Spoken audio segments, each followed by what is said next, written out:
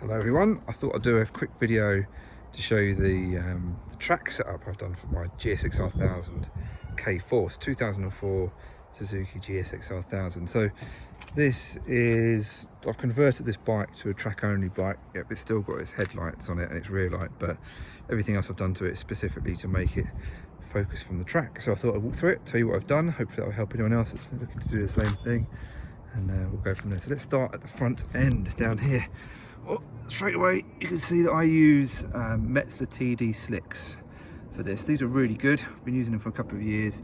The selling point of these is that you don't actually need tyre warmers with them when you go out on track. I always put tyre warmers on anyway, and usually run 32 psi hot at the front and then 26 psi hot at the rear. But they're fantastic, they're really good wearing. See, these have done about 3 track days now and there's still loads of wear left in them. You see little wear dots on the side there, loads of wear. One thing I found when I got this bike was that the braking was a bit woeful. I found that when the standard brake discs, they warped pretty quickly. And you could feel that when you're braking hard. The bike was juddering quite a lot from the front, almost like you're going over rumble strips. So one of the first things I did was upgrade the front discs to these Brembo HPK discs, which are they're 5 mils wide, so a bit thicker than the standard discs. And they're also bigger than the standard disc. I think these are 330s, I think they are, compared to standard discs, which is 320. So you need these extra little spaces you put in just to push the caliper backwards so it can go onto the disc there. But they were a fantastic upgrade, really good biting point. I've upgraded the brake pads as well, and it's got braided lines on it there. Whilst we're staring at the forks, you can see I've had the forks adjusted to my weight, so I've had a K-Tech piston kit put into here, again to help make it a little bit more track focused as well. Moving up, so you can see just going to the fairing itself. This is an eBay special.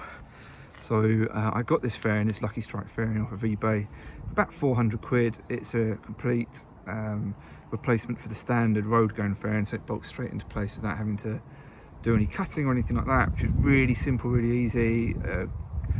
When I got this, the rear seat unit was actually cracked, but the manufacturer in China sent one over immediately. I had it in a couple of weeks, which was really cool. So that works out well. What else have we got up here? Moving up to the top here. So you might have seen in one of my other videos, I've got a Starlane lap timer. This is really cool because when you turn it on, and this is wired in straight to the battery, when you turn it on, it will boot up, and then it will kind of recognise where it is, if that makes sense. Say, are you at Brands Hatch, or are you at Donington, and then you just press enter and off you go. And then whilst you're doing laps, this little green light will come up and it will flash. It's already pre-programmed to have intermediates on each circuit. So if you're up in a sector, you'll be able to see that you're up, and you'll kind of push you on a little bit, and say like -2 seconds or whatever it is. So it's really cool. When you go over and do your best lap, it kind of holds the lap time there for a few seconds afterwards, so you can have a quick glance before you turn into the first corner, wherever that is. Otherwise, it's a standard dash. You can see I've got the piston kit in the top here. The other thing I did as well was around this side of the bike, to go with the upgraded brakes at the front, I put on a Brembo master cylinder here. Again, an upgrade from the standard one. This is fantastic. It's loads of bite and feel. So with this, so that's from nothing to full there.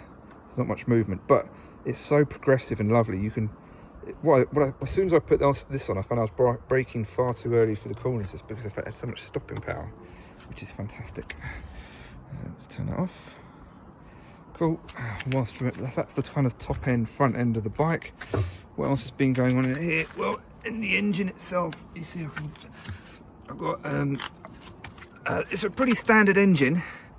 No work's been done to the internals, apart from the fact I've put on a power commander and had it tuned up on a dyno. So it's currently making 157 horsepower at the rear wheel. So that equates to what, around about 170 horsepower at the crank, give or take. So it's pretty good for a 2004 bike. There's no traction control on this. It's purely analog. There's no ride-by-wire. My traction control is literally whatever I do with the handle here. So that's that. And then if we go down to the back here, you can see I've got different rear sits on it. So these are really cool. They're only 70 quid last time I looked on eBay. The thing about this is, I kind of thought, well, why put expensive rear sets on the back? If I fall off, they're going to be the first things to break. I'd rather put a 70 quid pair on, and that's it. And you can see they're still fully adjustable. And they do the trick really well. Sometimes I've found that these fall off, but you know, it's only 70 quid at the end of the day. This here is a quick shifter. So I've had this is a Dynajet quick shifter. On this model of bike this year, you can only quick shift up the gears, you can't quick shift down, but it helps a lot. Again, that's tuned into the power commander module, which is back here, so it all works quite nicely. Whilst we're at the back end here, you can see I've got a Nitron rear shock. It's gone in the back there, which is fully adjustable. This is just a little power lead for my Optimate, so the battery doesn't run flat essentially. So, but I've had Nitron rear shocks before, really like them. Again, they kind of, when you ask this from Nitron, they ask for your weight, and they build the shock according to your weight. And then of course when you go to a racetrack, you're going to get it slightly adjusted depending on your riding style. So this bike's now been adjusted to me essentially. What else have we got? Oh, just at the top, this is a fiberglass tank cover, so the actual tank sits underneath here. Again, it's just to protect the tank from any scratches. Quick fill refill cap on here. Here's my GoPro mount, so you can see this from whenever I'm doing my videos. That's the view where it comes from. Standard seat. It's got an Aquapovich end can on it. It's not a full system, just a standard end can. Nothing special at the rear end. Again, the Metzer TD6 on the back here. I think that's all of it. So yeah. So anyway, so that works for me. In essence, things this has got over a normal bike: quick shifter, power commander, run on a dyno up to just get it to smooth out that power. It's got the upgraded brake system and brakes on the front, but otherwise it's analog. It doesn't have any traction control or anything like that. So yeah, if you see me on track, come and say hello. Hope you enjoyed the video.